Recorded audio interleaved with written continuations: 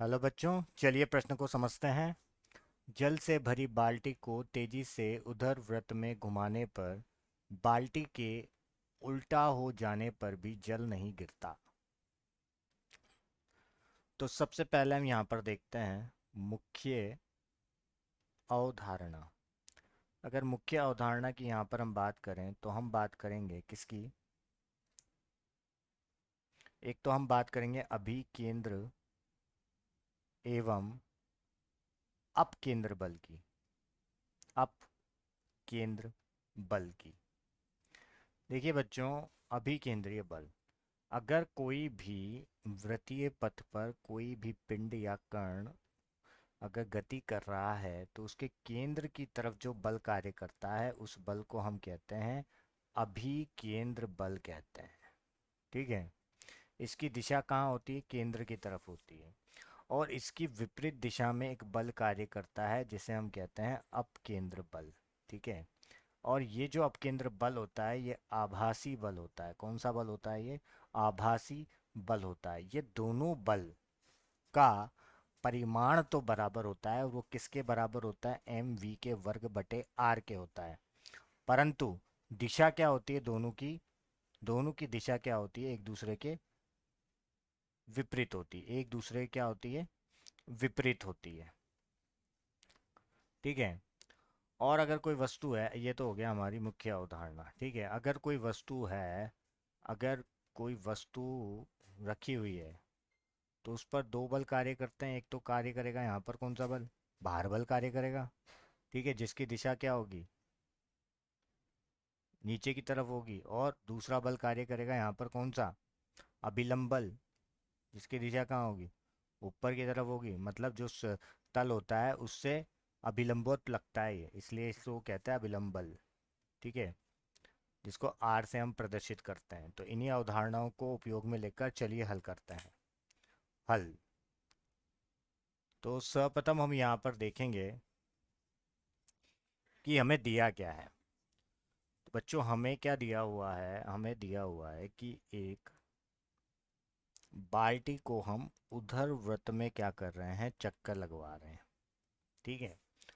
और यहाँ पर हमें ये देखा कि बाल्टी में से पानी नहीं गिर रहा है।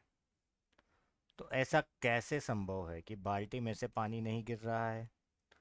तो ऐसा कब हो सकता है? ये बाल्टी है और ये सबसे टॉप, सबसे उच्चतम बिंदु पर है। तो अगर मैं यहाँ पर सर्वप्रथम यहाँ पर आपको बलों के बारे में देखें तो यहाँ पर ये पानी भरा हुआ है। ठीक है। अगर ये पानी भरा हुआ है तो इस पानी पर कौन कौन से बल कार्य कर रहे हैं? एक तो यहाँ पर बल लग रहा है, एक तो नीचे की तरफ इसके द्रव्यमान की वजह से लग रहा है। ठीक है। एक बल तो जो कार्य करेगा बच्चों, वो किसकी वजह से करेगा? इसके द्रव्यमान की वजह से। वो कहाँ करेगा? वो कौन सा बल लगेगा? भार बल लगेगा। ठीक है। जो एम जी होगा। ठीक है। और अगर दूसरे बल की बात करूँ तो इसको जो केंद्र से बाहर की तरफ खींच रहा है वो कौन सा बल होगा? वो बल होगा यहाँ पर अपकेंद्रीय बल। कौन सा बल कार्य करेगा यहाँ पर?